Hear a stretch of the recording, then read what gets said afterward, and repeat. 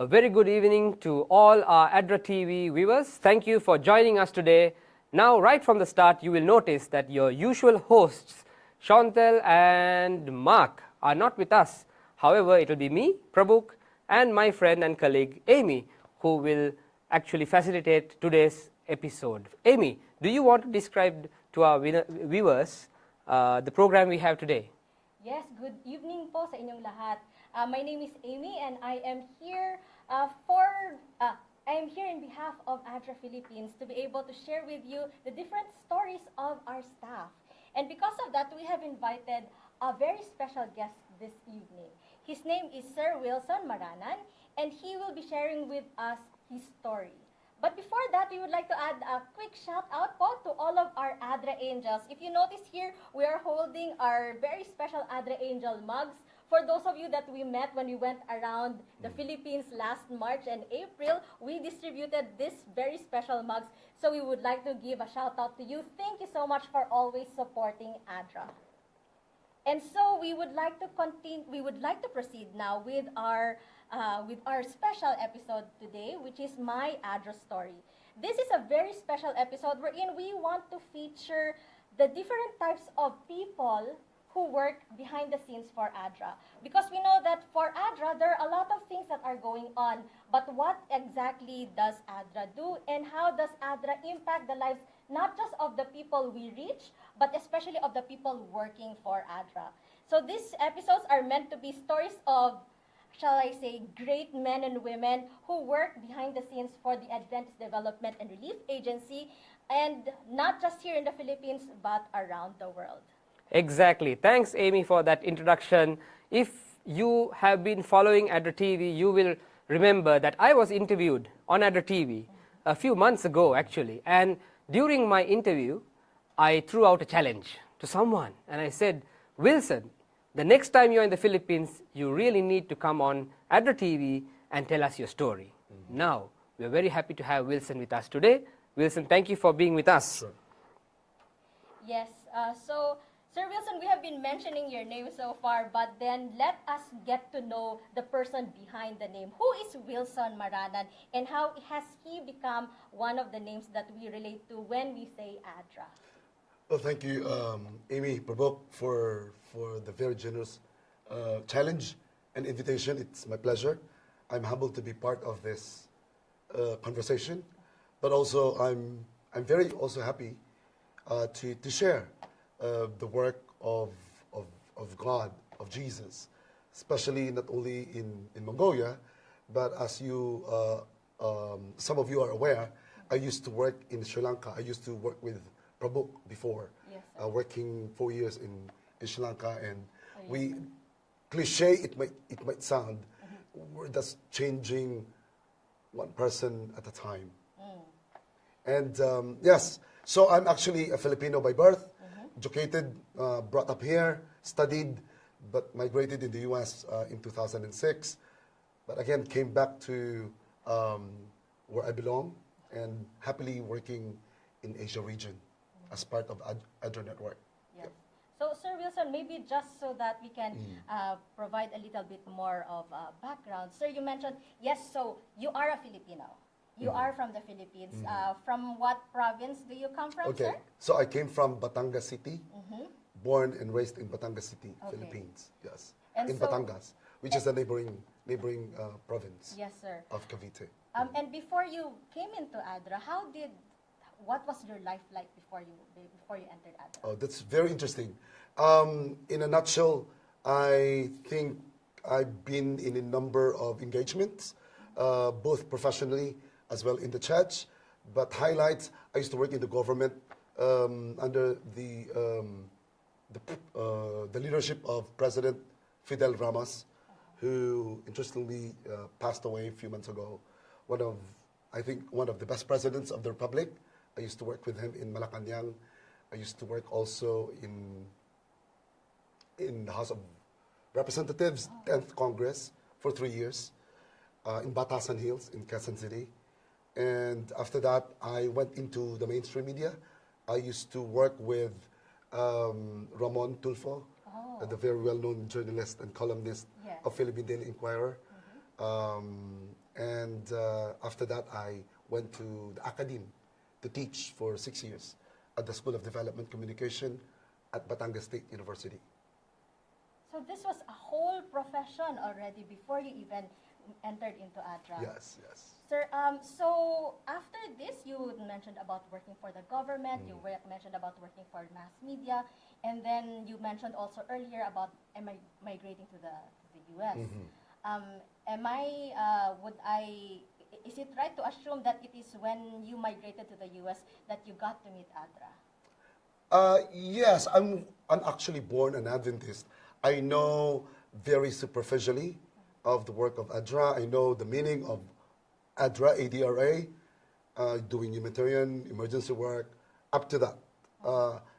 Not quite interested, but I have a passion of doing development work, and really love working with communities, like empowerment, talking to people, and even listening to them, and sometimes, give some prescriptions of how to be productive citizens.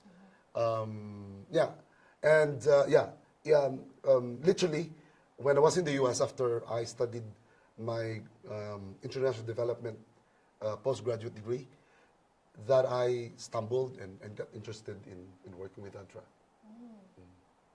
Sir, do you have... Yeah, so just to share something interesting to our viewers, and Wilson, please don't mind me, saying this. Wilson is an excellent cook. Okay, so myself and Wilson, we lived on the same compound. We were neighbors for about 3 years, and that's when I actually started tasting some of the good food, Filipino food, Yes, the exactly. chicken adobo, and what's the one with the eggplant? Tortang talong. Oh yeah, all of that. So yeah, fried eggplant. yeah, so we had a really good time in Sri Lanka. We worked together, and apart from being a good cook, before I say that, actually we wanted also Wilson's wife Raquel to be here. She's a bit shy to be in front of the cameras, but she's in the studio with us. So quick shout out to her, who is a big part of your ministry, and I think you will touch on that a little later. Now, apart from being a good cook, Wilson is also the country director of ADRA in Mongolia, which is a very interesting country, right? The disasters they have there is very unique. The programming they have there is very unique. The area of implementation is very unique. Okay, so Wilson, could you take a few minutes to describe the country, the work you do there, and what type of projects or programs you implement? Sure. Well, this is from my engagement with Sri Lanka, as you are fully aware. I was invited to look at the living conditions in Mongolia because of the fact that they need somebody who can lead the team in the role of a country director. So I went there. Mongolia is a beautiful country, 17th largest country next to Iran, with 1.5 million square kilometer land area. Wow. 3.5 million people. Interestingly, 72 million animals, livestock. Wow. Exactly. Beautiful. If you love nature, culture, adventure, Mongolia has it. And in terms of the work that we do, on top of that, before I go there, Mongolians are the only nomadic people group in the world. Basically, they move around every season. If you are familiar with people, when the weather changes, they adapt to that, depending on the need. But also, they've been doing it for the last 2,000 plus years. So if I may interrupt you, how does that actually happen? Like, do they travel with their tents, or Exactly. do they rebuild houses every time they go? Sure. How does this happen? Like, how do they manage this? Yeah, so they live, if you're familiar with the teepees of the American Indians during the ancient time, Yeah. the olden time. So they have this circular, like tent-like structure, which they call ger, G-E-R. Okay. In Russian, it's called yurt, Y-U-R-T. Right. So it's collapsible, and it is covered with felt out of animal skin and fur, and basically, literally they fold it up with all the animals, probably 500,000, 2,000 camels and sheep and goats, horses, including yaks. They travel like probably 40 to 100 kilometers away from the original place, depending on the season. Right. Of course, if it's winter time, they have this winter camp, they call it, Right. like permanent structures where they put the animals on barns, Right. and good to stay there for 3-4 months. So how do they manage with like children's education, nutrition? How does that work? I think they were they are the most adaptable people in the world. Usually they send their kids to nearby cities to study. But during winter times, I think definitely the schooling, take for example, as an example, is adjustable as far as the weather is concerned. Right. But basically, they are highly educated people, very smart people group, very educated. So I don't think it's a limitation, but also it's actually quite a privilege, and really really interesting to witness that we have this group of people, and yet they have the same access to basic services. Wow. Like education, health, Yeah. and so on and so forth. So in terms of the projects that you do, the programs that you run in Mongolia, before we started this interview, you were sharing some details with me. Sure. Do you want to share those with our viewers as well? Because I'm sure that our audience at ADRA TV would really like to hear, because most of the time they hear what we do in the Philippines. Yes. And they know Disaster Ready Church, and now there's also PFA training that's ongoing on ADRA TV. The Rice Project, we share information about it through ADRA TV. But what do you do what does ADRA do in Mongolia? So at least in the last 8 years, in portfolio we were able to implement at least 190 projects in the last 29 years. Wow. By the way, ADRA Mongolia has been founded in 1994 after the collapse of communism in 1991. ADRA Mongolia was in fact one of the very few INGOs that has been invited by the Office of the Prime Minister, because the INGOs are usually operated under the Office of the Prime Minister. From 1994 to current, today, we were able to implement 190 projects with around $32 million in its program portfolio in 5 areas, mainly in economic development and livelihood, education, health and nutrition, emergency management and disaster response, Right. and we have also the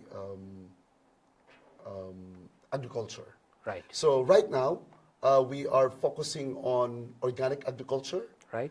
In the last 5 years. In fact, ADRA Mongolia is pioneering on that sector in the whole of Mongolia amongst INGOs. Why? Mongolia, as a government, approved the organic law in 2016. Okay. And in 2018, God has been so good, we were able to receive a funding from BMZ, the Federal Republic of Germany, Ministry of Development and Cooperation, for a 1.2 million euros for 4 years on developing organic agriculture, because of the fact that, as I've said earlier, Mongolians are heavily meat-based in terms of their diet. Yes. Because obviously, where in the world, Ulaanbaatar is the capital, it is considered to be, I think, the coldest city on earth. Wow. Peaking to at least negative 52 centigrade. How do you survive there? I'm sure you like it, because even in Sri Lanka, you used to put down your AC to like 18 degrees Celsius, Exactly, right? So you must be having a good time. Yes. Yes. Well, have a good time inside, because literally, when you go outside, it will only take you 5 minutes, and you will freeze to death. Wow. So basically, what is amazing in that country is that it has been heavily influenced by the Russians. So even the heating technology in their houses, excellent. So you can wear your usual shirt inside the house, and basically, if you work, you're always in the office, so it's the same thing. Right. So that's quite manageable. You don't go outside to work during winter time. So that's actually one of the main differences of ADRA Mongolia apart from other country offices, at least in Asian context, because we adjust to what weather we are working with, right? So like, for example, for planting, the height of that is between June to early September. That's it. Right. So it's the height of the activities. Right. As in double, yeah? Right. And then it will die down. Right. It will basically taper down. So that's one, organic agriculture. And just to share with you, we praise God for His leadership. We have a very, very experienced team in terms of skill set on organic agriculture. We have a set of agronomists, very seasoned ones, and we were commended by the Ministry of Food, Light and Light Industry, Ministry of Food and Agriculture and Light Industry of Mongolia, called Mufali, in terms of organic agriculture, organic products that we contribute to the national production.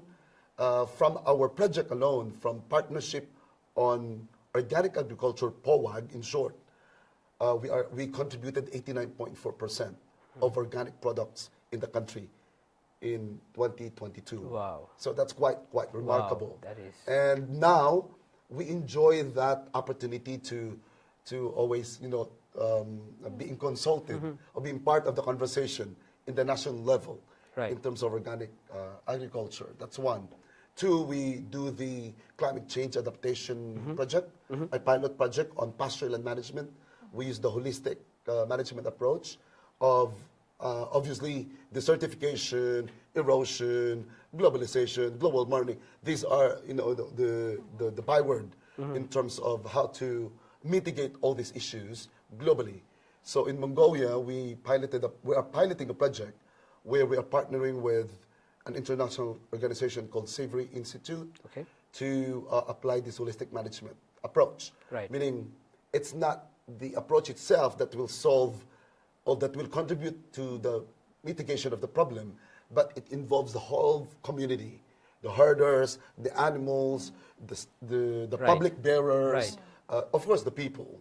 Everybody is included in the circle. So multi-stakeholder. Exactly. Yeah. So that's a multi-actors partnership approach. And by so doing, hopefully we can dent some level of change and bring a certain level of behavioral change amongst the herders. Right. You have to understand that Mongolians are very seasoned herders since the time of Genghis Khan. We're talking about at least 1200, in the 1200s. They've been moving around the world. It's considered Genghis Khan has the biggest kingdom ever, as far as Hungary, to Japan, to Korea, to China, all the way even to some parts of Southeast Asia. Correct. But that's one. Another one is now we introduce also the fine wool sheep breeding project. As obviously Mongolia has that leverage on herding lifestyle and seasoned herders. We would like to develop and resurrect again the production of fine wool. And this is quite a lucrative business. And hopefully it will gain traction and we will be able to produce a nucleus, we call it nucleus, elite nucleus flock of fine wool sheep that will eventually be shared all over the country and produce a very good fine wool quality of wool. So if our viewers want to get to know more about these projects, they could visit the website of ADRA Mongolia, right? Yes. And maybe we can make sure this is edited to include the website on the screen. I just have one more question about the projects, and then I want to move quickly to talk about you, because this is about your story, right? But I was wondering, Wilson, whether you want to take about 1 or 2 minutes to share very quickly about the NCD project, which is actually, if I'm not mistaken, funded by the church. We want to congratulate you on achieving that project actually for ADRA Mongolia. But if you can share a little bit about this and how the church is actually partnering with ADRA Mongolia to implement this NCD project. So maybe if you can describe what's NCD to start with, and then share a little bit about the Sure, project. thank you, Prabhu. So NCD is basically non-communicable disease. Interestingly, in a global scale, Mongolia is a topper. So it's number one in, interestingly, NCD-related deaths. NCD include stroke, cancer, diabetes, and so on and so forth. And part of our I think mandate is to not only concentrate on a particular area, but we need to diversify, but not forgetting our past skill set on those areas before. Yeah. It has been health was a very strong component of the area of the church, Yeah. but also of ADRA in terms of our global network expertise. So yeah, we prayed, we planned, we were able to assess. We have a very good team there, and we connected with ADRA International. We invited the health department of ADRA International. Just so happened, ADRA celebrated its 30th year last year. Wow. And no other than the president of the World Church, Pastor Ted Wilson, visited Wow. the country.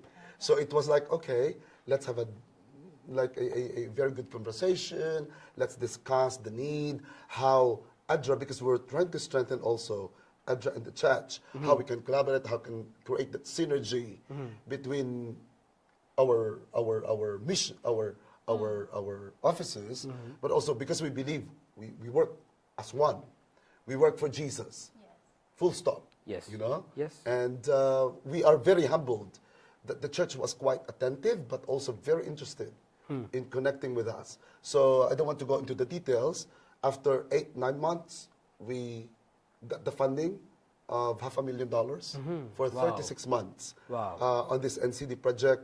We also shared the good news to different stakeholders, including the WHO, World Health Organization in Mongolia, and they were quite excited. They were telling us, hey, health sector was never been an area that has been explored or navigated by an INGO, at least in the last 12 years, here in Mongolia. So they're very, very engaged right now. Next week, on the 17th of July, in fact, we will be able to, we will going to launch the project on this. So we're quite excited. We will be dealing with 2,000 pupils with, of course, corresponding parents. So we're talking about like 4,000 individuals. Wow. Dealing with 4 schools, adolescents age range between 12 to 15. But this will be more on mitigating the risk factors of non-communicable disease. That's it. That's the overall goal. Wow. So this is more on the behavioral change. Yes. But also promoting, injecting, the approach that the church come up with. If you are familiar with celebrations, Yes, it's yes. an acronym like New Start. Yep. So it's a lifestyle approach and tool, and we can't wait for the very positive traction it will gain on the ground. And I'm sure it will. And we wish you all the best for that. Thank you. Okay. Enough about the projects. Okay, Now let's focus about you, sure. Wilson. Let's start from your childhood. Okay, Now, you have told this story to me. sure. Oops, I think I bumped this off. Okay. Okay, you have told this story to me, and I would really love for you to tell it to our viewers. You didn't have a very smooth childhood. You had a challenging childhood. When you were very young, you were infected with polio, Sure. right? Yeah. And today, we would say maybe you are a PWD, a person with PWD, a That's person with the general acceptable term. term, yeah. How has that impacted your life, and do you think that experience of growing up with this challenge has brought, I would say, a different dimension to your work in ADRA? That's actually a very interesting question, and I was like thinking, I'm just humbled because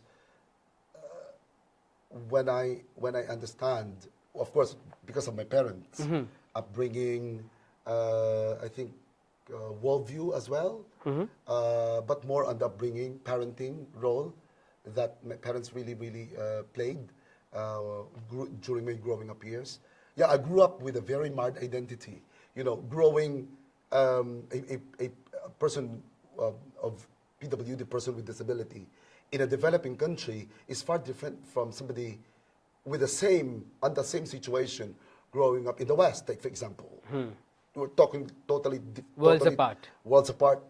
Totally talking about different ball game. Yeah.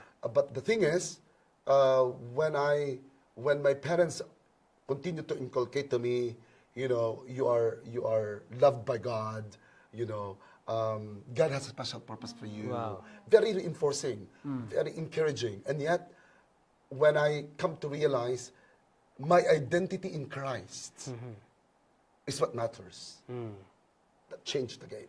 Right. And that changed my perspective on looking at things. I'm not special because I don't consider myself as a special person. And I remember vividly when I was growing up, interestingly or ironically, every time there's a speech, I studied mostly in public schools. There's a speech, I remember I started to go to the stage when I was grade 1, doing speech, and I know people are quite, okay, because I walk differently. Yeah. They look at me differently. But I think that helped. How did it help? Probably confidence, but also, okay, if others can, why can't I? Kind of like sort of mentality. But also I don't want to go beyond that. Right. Because it will be like overconfidence. So, yeah, I think exposure, but more on the parenting and upbringing of really reinforcing and really assuring you from my parents, you're fine. You're not special. You're not different. You're just like other boys out there or child. So praise God for God-fearing parents, huh? Can I Go ahead, Amy. Maybe for those of us who have not experienced, but rather we grew up in a childhood that is already almost totally eradicated.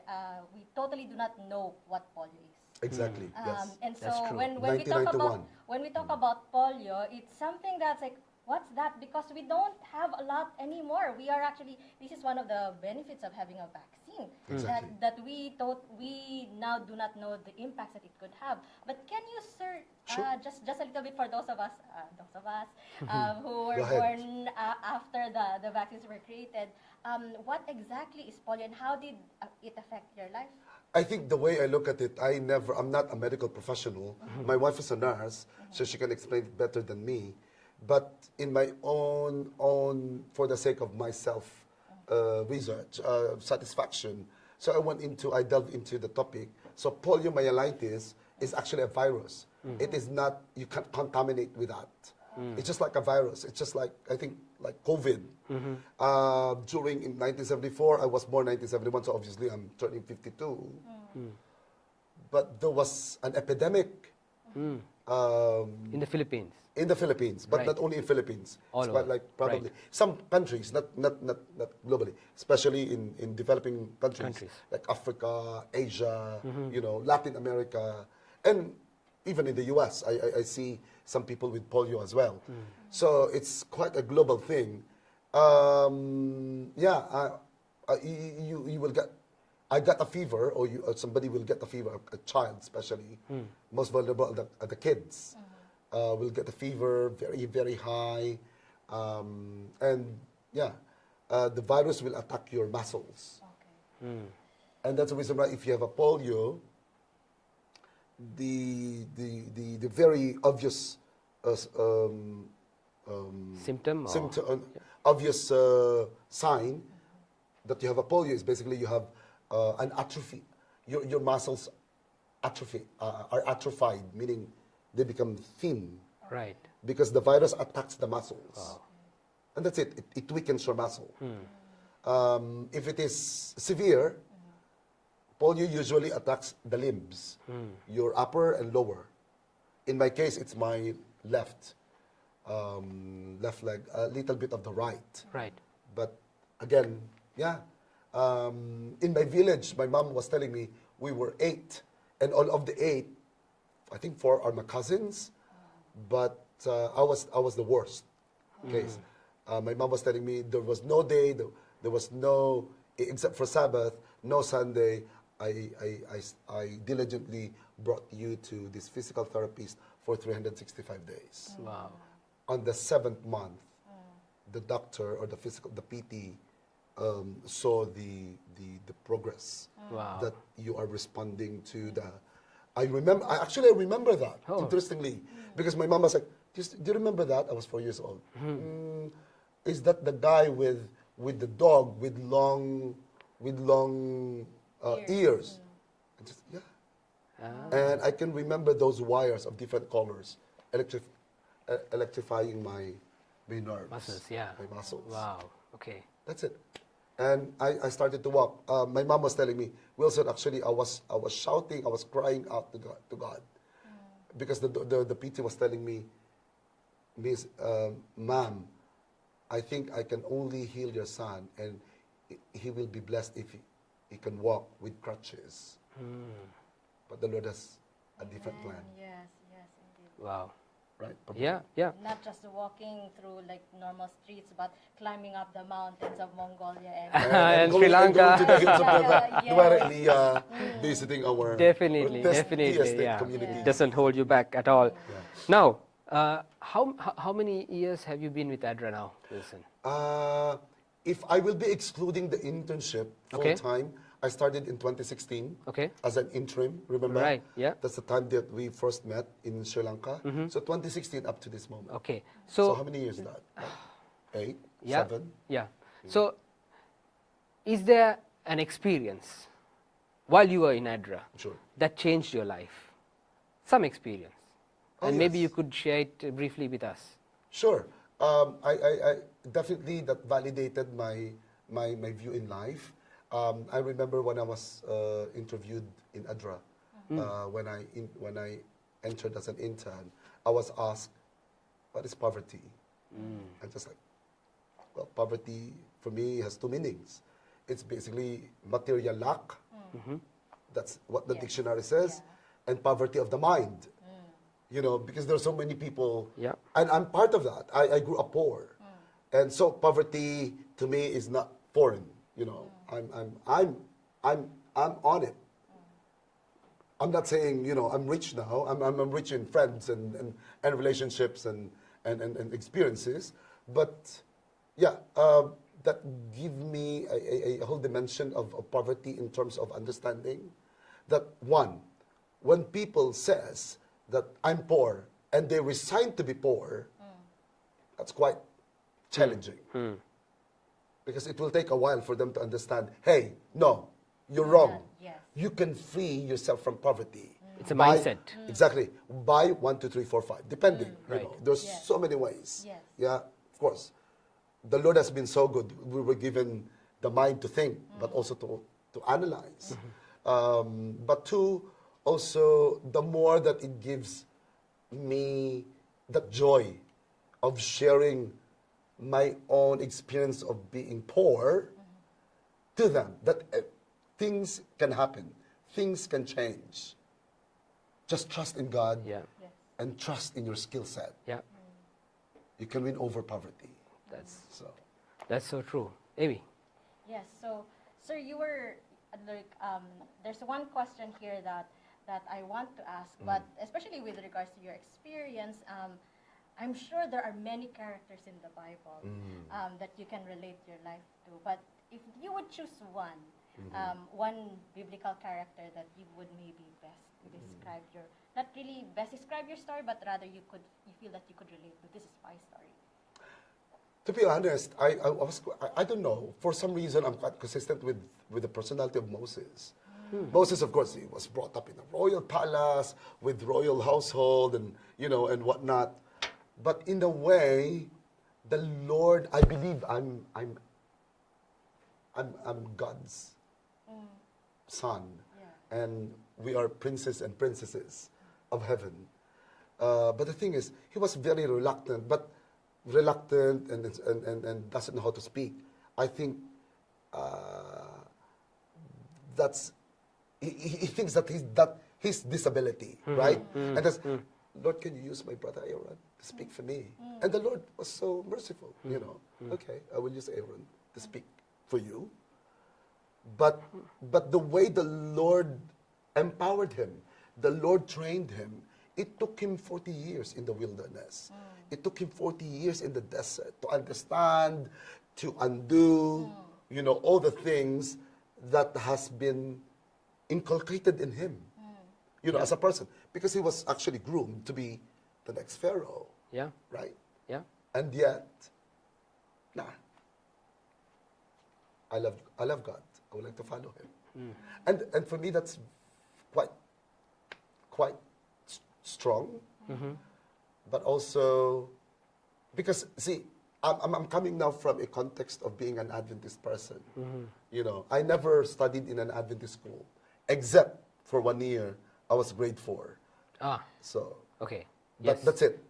So grade 5, went back to public school, and then all of my education, even in my graduate studies, no Adventist schools.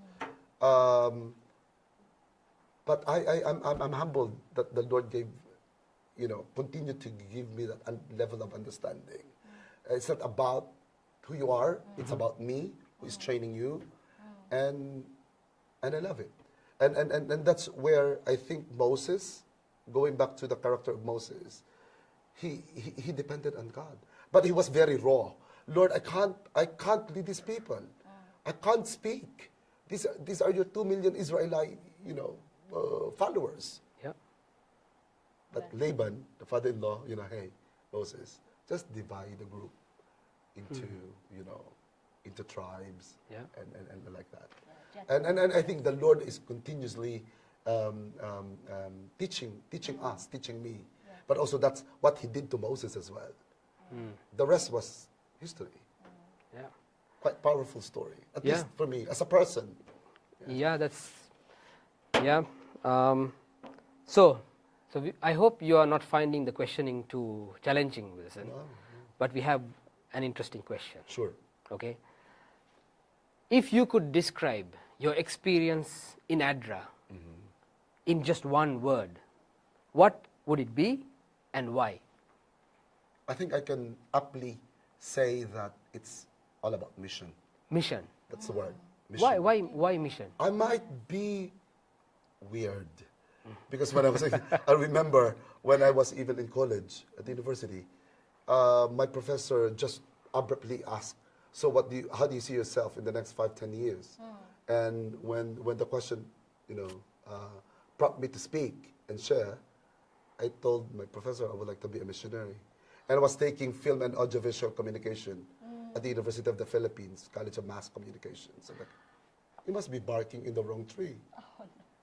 But she just retracted quickly. And Wilson, I believe in missions. I believe in missionary work. And yeah, go for your calling. Wow. So now, the more that I see the hand of God, God as a living God. These are my takeaways now. Yeah. I praise Him because of the fact that I know myself.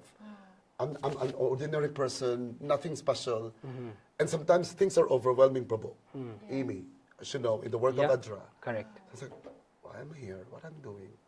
But the Lord will always lead you to a certain level, not only of understanding, but also a certain level of commitment. Okay, at the end of the day, it's not my word. Lord, I'm not here because I'm awesome. Lord, I'm not here because I can do it. It is you who sent me here. Yeah. Use me. Wow. Yeah. I think that message, sir, that just not resonates with your story, but many of us. Over here in the studio, we have several other staff that are currently here. We have our interns. We even have our very helpful media team from SSD that I'm sure that was listening to your story, and we know, Lord, that we know, sir, that the message of mission is something that deeply emanates in all of our hearts. That is why we are here, and that is why we are doing the things that we do, because of this mission. And so, Sir Prabhu, do you have maybe just a takeaway before we end our Well- short talk? Honestly, it's a very inspiring story, Wilson. Thank you. My takeaway is that regardless of who we are and our capacity, if we just submit to God, He can do many things through us, even though we are really not worthy sometimes. But it's His work and He will get it done through us. You know, Yeah, that's the way I believe see so. it, yeah? Yeah, sure. Yeah, Yes. sure. And definitely that is one thing that we always say, that there's a big work to be there's a big task up ahead, and usually it is those people who think that they can do it are the ones that cannot be used, but it's those people who actually are empty, who empty themselves and humble themselves before the Lord, that allows the Lord to use them, and they can be amazed at just how the Lord takes them. Many of your stories, sir, I was thinking about maybe the Israelites going through the desert and all of these unexpected challenges that they faced, but the Lord always leads. And It's that true. is very evident, sir, in your story as you made your way through your own life and as you were working through ADRA and as you are now sharing your story with us here. And so I guess, do you want to, before we end, I guess, are there anything, sir, do you want to greet anyone before we Yes. end? Final words, Final greetings words, you want to someone. send some greetings over to your friends, your country, your office, your Sure. other staff? So thank you for having me here. It's really... Thank you for being here. Thank you. So it's quite humbling, but also to share the story of God in me, in us. It's not actually my story. It's His story. But also to be part of this beautiful, unique, distinctive work and ministry of Adventist Development and Relief Agency. Not only in the Philippines, not only in Sri Lanka, not only in Mongolia, but in the world. As we know, the world is rushing to her demise. We know that as the remnant church. And we can see the intensity of not only disasters, catastrophes, but also world events taking place. And by doing so, the more that we need to be more conscious, more committed, but also more loving and compassionate. Of course. I think the world is too far away already. Yep. And the Lord is inviting us to come back to Him. And in the work that we do, I always have this very favorite statement that we don't need to preach. We just have to live the gospel of Jesus. That's true. Thank you, Wilson, for being with us today. Thank you. Amy, I think we should tell our viewers that we have planned a few more episodes, such as this, Yes. of stories from ADRA staff in the Philippines and from around the world. So please be tuned to find out more about these type of stories, right? So we have lined up a few interesting guests later in this year, and we'll be sharing those stories with our viewers. So I guess we can end our episode for today. Yes, and we would also like to maybe just a few, not shout out, we would like to also thank especially the SSD Media Center. Yes, definitely. Over here that has hosted us for this very first episode. Thank you, Tony. Thank you, JD. Thank you, Tin. Thank you, Jessica, and the rest of your staff here. You're very welcoming, and we praise the Lord that we have a lot of media ministries like this around the Philippines to be able to share all of our stories. Yes. And so, how do we end this? Thank you very much for tuning in, and hope to see you soon. Yes, in the next episode of My ADRA Story. Yes. And